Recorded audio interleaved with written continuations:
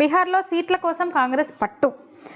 2020లో ఓడిన 51 స్థానాల్లో 37 చోట్ల పోటీకి చూడండి, అసలు ఓడిపోతే మళ్ళీ పోటీ చేయకుండా ఉంటారా? నిలుపుకోవాలి, ఇంకా కసిగా ఉండాలి. కానీ అట్లా అంత సీరియస్నెస్ లేని వ్యవహారం అనమాట. ఏదో అడ్డిమారి గుడ్డి దెబ్బలాగా చేసే రాజకీయాలు అంటారు ఇవి. ఇంతకుముందు ఓడిన సీట్లు వద్దంట, అసలు అవి మాకు వద్దని చెప్తుందంటే పోటీకి విముఖత అంట. మొన్న అంటే ఇప్పుడు 2 కూటములుగా అటు నితీష్ పార్టీ, బీజేపీ, చిరాగ్ పాస్వాన్ వీళ్ళందరూ, ఇంకా కొన్ని చిన్న చితక పార్టీలు ఉన్నాయి బీహార్లో, ఇవన్నీ కూడా కలిసి పోటీ చేస్తున్నాయి. ఇటువైపు ఆర్జేడీ, కమ్యూనిస్టులు, అట్లనే రాహుల్ గాంధీ పార్టీ, కాంగ్రెస్ పార్టీ కలిసి చేస్తున్నాయి. కానీ వాళ్ళకి అంటే ఒక ఈ సీట్లో ఉంటుంది ఖచ్చితంగా, ఈ సీట్ల బేరాలు ఇక చాలా జరుగుతాయి. ఇంకా నోటిఫికేషన్ రాలేదు, అప్పుడే మొదలైంది. కానీ ఇంకా నోటిఫికేషన్ వస్తే మళ్ళీ పరిగెందుకుంటుంది అనమాట. సీట్లు, ఓట్ల వేట, మెయిన్ సీట్ల పంపకాలు జరగాలి. కూటమిగా ఉన్నప్పుడు అదొక తలనొప్పి. ఈ సీటు మాకంటే, ఆ సీటు మాకంటే, రకరకాలు ఉంటాయి రాజకీయాలు. అయితే విషయం ఏంటంటే వీళ్ళు రాహుల్ గాంధీతో సంప్రదించకుండానే నేను 408 సీట్లలో పోటీ చేస్తానని ప్రకటించాడు మొన్న తేజస్వి యాదవ్. 243 స్థానాల్లో పోటీ చేస్తాం మేమని మొన్న ప్రకటించాడు. దీంతో కొంచెం మళ్ళీ ఏదో చర్చలు జరుగుతున్నట్టునే. అసలు మన ఉపరాష్ట్రపతి ఎన్నికల్లో చూసినాము, అంటే ఇండి కూటమి అంటే ఒక స్థిరంగా ఉండలేని పరిస్థితి కొన్ని ప్రాంతీయ పార్టీలు.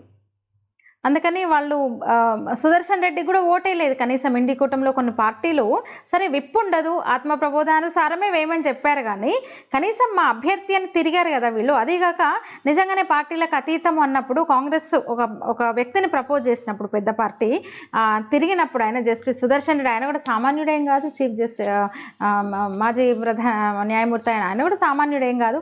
అయినా సరే ఆయనకు పడాల్సిన ఓట్లు కూడా వీళ్ళకి ఇవ్వబట్టి అక్కడ కూడా క్రాస్ ఓటింగ్ జరిగింది. విచిత్రం ఏంటంటే 15 ఓట్లు చెల్లుబాటు కాలేదు. అంటే వీళ్ళకి యూనిటీ లేదు. ఒక కూటమిలో ఏదైనా సరే ఒక కూటమిని నడిపించే నాయకుడు, ఒక లీడర్ స్ట్రాంగ్ ఉంటే ఆయన వెనుక మిగతా వాళ్ళందరూ నడుస్తారు. అంత దగ్గరగా వచ్చే ఇండి కూటమి అంటే వాళ్ళు ఏది వాళ్ళ సిద్ధాంతమో లేదంటే సీరియస్నెస్ లేదు, కేవలం బీజేపీ మీద వ్యతిరేకత, భారతీయ జనతా పార్టీ మీద వ్యతిరేకత, అధికార పార్టీ ఇప్పుడు మోదీ మీద వ్యతిరేకతతో వాళ్ళు ఏకమయ్యారు తప్ప నిజంగా కలిసి పనిచేద్దాము అన్న ఇది వాళ్ళకు లేదు. ఎందుకంటే ఎవరి స్వార్థం వాళ్ళది, డెఫినెట్గా ఎవరి ఐడియాలజీ వాళ్ళది, ఎవరి స్వార్థం వాళ్ళది ఉంటుంది. అందుకే ఈ పరిస్థితులు అనమాట. ఇంకా బీహార్లో అయితే సిగపట్లు, మహాకూటమిలో సిగపట్లను పెట్టారు. బీహార్లో కీలక సీట్ల కోసం కాంగ్రెస్ పట్టు. ససేమిరా అంటున్న ఆర్జేడీ, బీజేపీకి అమ్మో ఇది బీజేపీలో కూడా ఇక్కడ కూడా ఇంకో సిగపట్టు కూడా మొదలైందంటే ఇంకో కూటమిలో కూడా మేమేం తక్కువ తిన్నామని. ఇండి కూటమిలో అంత రాజకీయం నడుస్తుంది, మరి మేమేం తక్కువ తిన్నాం అనుకున్నాడేమో. చిరాగ్ పాస్వాన్ కూడా అప్పుడప్పుడు ఏదో ఒక స్టేట్మెంట్ ఇస్తున్నాడు. లుకలుకలు మొదలైన మళ్ళీ చివరిలో బీహార్లో ఎన్డీఏ కూటమిలో కూడా, ఎన్డీఏలో కూడా సీట్ల సర్దుబాటు మీద లుకలుకలు ఏర్పడ్డాయి. ఒంటరిగా 135 చోట్ల బరిలోకి దిగి జేడీయూను దెబ్బతీసిన ఎల్జేపీ అధినేత ప్రస్తుత కేంద్ర మంత్రి చిరాగ్ పాస్వాన్ ఈసారి ఎన్డీఏతోనే ఉన్నారు. అయితే తన పార్టీకి 40 స్థానాలు అడుగుతున్నాడంట ఆయన. బీజేపీ ఏమో 25కి మించి ఇవ్వని అంటుందట, 25 స్థానాలు మాత్రమే ఇస్తాము అని. ఎందుకంటే ఇంకా పెద్ద పార్టీ ఉంది నితీష్ పార్టీ, ఇంకా చిన్న చితక పార్టీలన్నీ అడ్జస్ట్ చేయాలి కదా, అందుకని 25 అంటున్నారంటే. ఈయన మాత్రము నేను కూరల్లో ఉప్పు లాంటి వాడిని హెచ్చరించాడు బీజేపీకి. కూరల్లో ఉప్పు లాంటి వాడిని సుతిమెత్తగా హెచ్చరించారు. ప్రతి నియోజకవర్గంలో కూడా 20 నుంచి 25,000 మంది ఓటర్లను ప్రభావితం చేసే శక్తి ఉందంటే నిజంగానే బీహార్, ఒక్కసారి మనం బీహార్ గురించి కూడా చిన్నగా మాట్లాడుకుంటే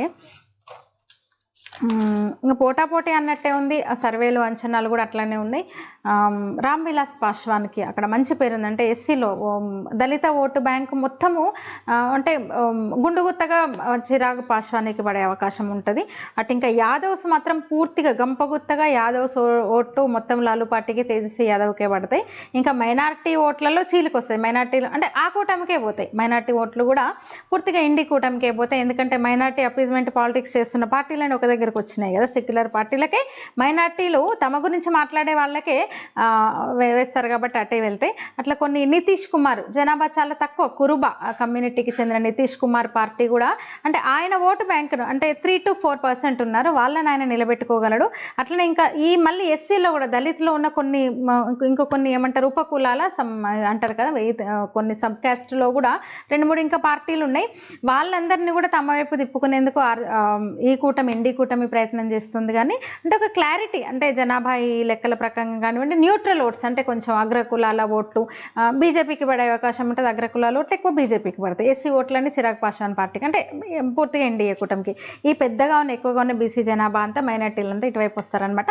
చూడాలి మరి అందులో అంటే మనం పర్టికులర్గా అంచనా వేయగలం తప్ప ప్రతి ఓటును వేయకముందు మనం లెక్కించలేం కదా. అయితే అంచనాలు ఏంటంటే పోటాపోటీ ఉంది అంటే కానీ బీజేపీకే గెలుపు అవకాశాలు ఎక్కువ ఉన్నాయి, ఎన్డీఏ కూటమికి గెలుపు అవకాశాలు ఎక్కువ ఉన్నాయని నాకు అనిపిస్తోంది.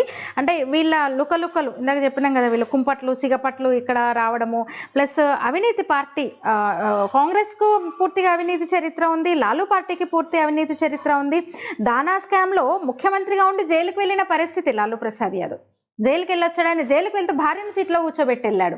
అంటే బీహార్ అసలు నిజంగా మనం ఒకసారి మా దేశ పరిస్థితిలో బీహార్ని చూసుకుంటే యూపీ తర్వాత అతిపెద్ద రాష్ట్రం బీహారు, వెనుకబడిన రాష్ట్రం, అక్షరాస్యత ఇతర అభివృద్ధిలో చాలా వెనుకబడిన స్టేట్ బీహార్. ఎందుకంటే ఆ పార్టీలో అసలు ఏమాత్రం అభివృద్ధిని పట్టించుకోలేదు. ముఖ్యంగా లాలూ ప్రసాద్ యాదవ్ ఉన్నంత వరకు కూడా ఒకటి మీరు వినే ఉంటారు, జబ్ తక్ ఆలూ సమోసా మే ఆలూ రహేగా అబ్ తక్ బీహార్ మే లాలూ, అంటే సమోసాల ఆలు ఉన్నంత వరకు బీహార్లో నేనే ఉంటా అని విర్రవీగిన వాడనమాట లాలూ ప్రసాద్ యాదవ్ అన్నాడు.